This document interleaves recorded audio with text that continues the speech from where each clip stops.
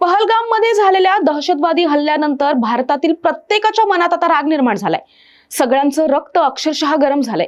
प्रत्येक जण आता वाट बघतोय की भारत आता काय पावलं उचलणार आणि कधी उचलणार।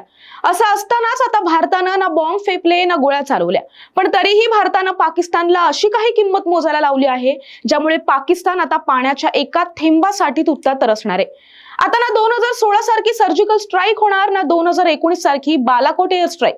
यावेळी भारतानं असं युद्ध सुरू केलं आहे ज्याने रक्त तर वाहणार नाही, पण पाण्याची तहान भागवण्यासाठी पाकिस्तान अक्षरशः तडफडेल।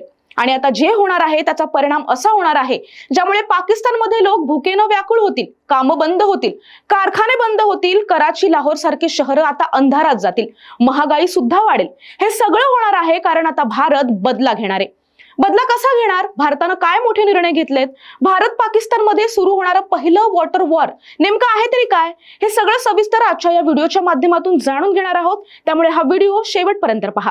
पण त्याआधी तुम्ही चॅनलवर नवे असाल तर आधी आमच्या चॅनलला सबस्क्राईब करा, व्हिडिओला लाईक करा आणि शेअर करायला सुद्धा अजिबात विसरू नका। नमस्कार, मी शुभांगी, कॅमेरा मागे आहे मनोज मांडवकर आणि तुम्ही पाहत आहात घेऊन टाक। पहलगाममध्ये झालेल्या दहशतवादी हल्ल्यात 26 पर्यटकांना आपला जीव गमवावा लागला। या हल्ल्यानंतर भारताने पाकिस्तान विरोधात कडक पावलं उचलायला सुरुवात केली आहे। पाकिस्तान विरोधात 5 मोठे निर्णय घेत पाकिस्तानवर चांगलाच राजकीय दबाव टाकण्याचा सुरुवात झाली आहे आणि भारत सरकारच्या निर्णयामुळे पाकिस्तानची चांगलीच कोंडी सुद्धा होणार आहे। हल्ल्यानंतर पंतप्रधान नरेंद्र मोदी यांच्या अध्यक्षतेखाली सुरक्षा विषयक कॅबिनेट समितीची एक बैठक झाली आणि यामध्ये पाकिस्तानवर कायदेशीर स्ट्राईक करण्यासाठी 5 मोठे आणि महत्त्वाचे निर्णय घेण्यात आले। आणि यातला एक निर्णय पाकिस्तानची वाट लावण्यासाठी खूप आहे, त्यावर बोलायचंय। पण त्याआधी हे 5 मोठे निर्णय नेमके कोणते आहेत ते ग्राफिक्सच्या माध्यमातून एकदा जाणून घेऊयात। अटारी पोस्ट बंद आणि विजावर बंदी। अटारी पोस्ट आता पूर्णपणे बंद करण्यात येणार आहे। यामुळे लहान व्यापाऱ्यांमध्ये होणारे व्यवहार पूर्णपणे थांबणार आहेत। लष्करी सल्लागारांना देश सोडण्याचे आदेश। भारतानं पाकिस्तान उच्चायुक्तालयातील लष्कर, नौदल आणि हवाई दल सल्लागारांना देश सोडण्याचे आदेश दिले असून त्याचवेळी भारतानं इस्लामाबादमधील आपल्या सल्लागारांना सुद्धा परत बोलावून घेतलंय।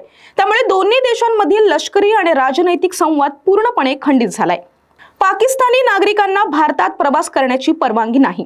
पाकिस्तानी नागरिकांना सार्क विजा सूट योजना विजाखाली भारतात प्रवास करण्याची परवानगी दिली जाणार नाही। पाकिस्तानी नागरिकांना भूतकाळात जारी केलेले कोणतेही SVES विजा रद्द मानले जातात।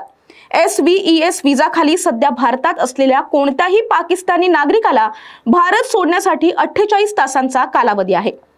भारतातील पाकिस्तानी उच्चायोग बंद।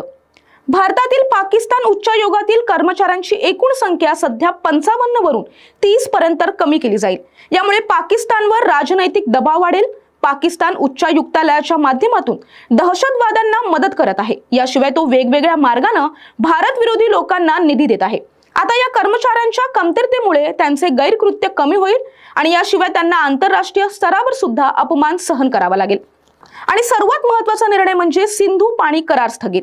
1960 चा सिंधू पाणी करार तात्काळ प्रभावाने स्थगित करण्यात येईल, जोपर्यंत पाकिस्तान विश्वासार्ह आणि अपरिवर्तनीयपणे सीमापार दहशतवादाला पाठिंबा देण्यास नकार देत नाही।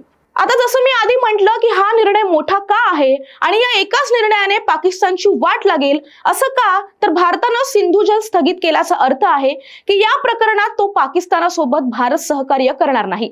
यामुळे पाकिस्तानाला नदीच्या पाण्याबद्दल माहिती मिळणार नाही, पाण्याचा मुक्त प्रवाह होणार नाही आणि याचा पाकिस्तानच्या नदी व्यवस्थापनावर गंभीर परिणाम होऊ शकतो।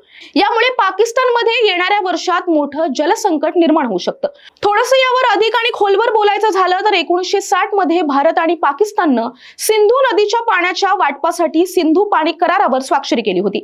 या करारात जागतिक बँकेची मध्यस्थी होती आणि या करारावर भारताचे पंतप्रधान जवाहरलाल नेहरू आणि पाकिस्तानचे अध्यक्ष अयूब खान यांनी 19 सप्टेंबर 1960 रोजी कराची येथे स्वाक्षरी केली होती। या करारानुसार सिंधू क्षेत्रातील पश्चिमेकडील नद्या, ज्या सिंधू, झेलम आणि चिनाब यांचा समावेश होतो, या पाकिस्तानकडे, तर पूर्वेकडील नद्या रावी, बियास आणि सतलज यांचा समावेश होतो, या नद्या भारताकडे दिल्या आहेत।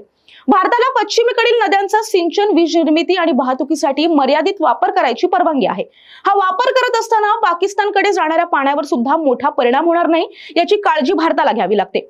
आणि पाकिस्तानमधील 90% शेती यावरच अवलंबून असून त्यांचं पिण्याचं पाणी सिंधू नदीच्या पात्रातून येतं। आता या कराराला स्थगिती दिल्यानं सिंधू नदी आणि तिच्या उपनद्यांचा अमर्याद वापर भारत करू शकतो, ज्यामुळे पाकिस्तानात पाण्याविना राहण्याची गंभीर परिस्थिती येऊ शकते।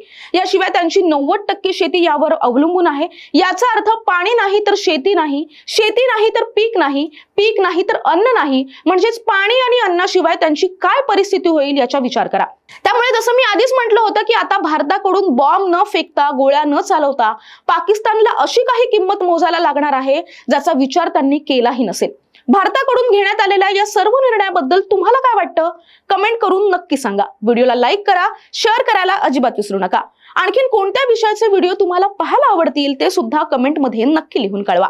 हा व्हिडिओ तुम्ही शेवटपर्यंत पाहिला त्याबद्दल खूप खूप धन्यवाद।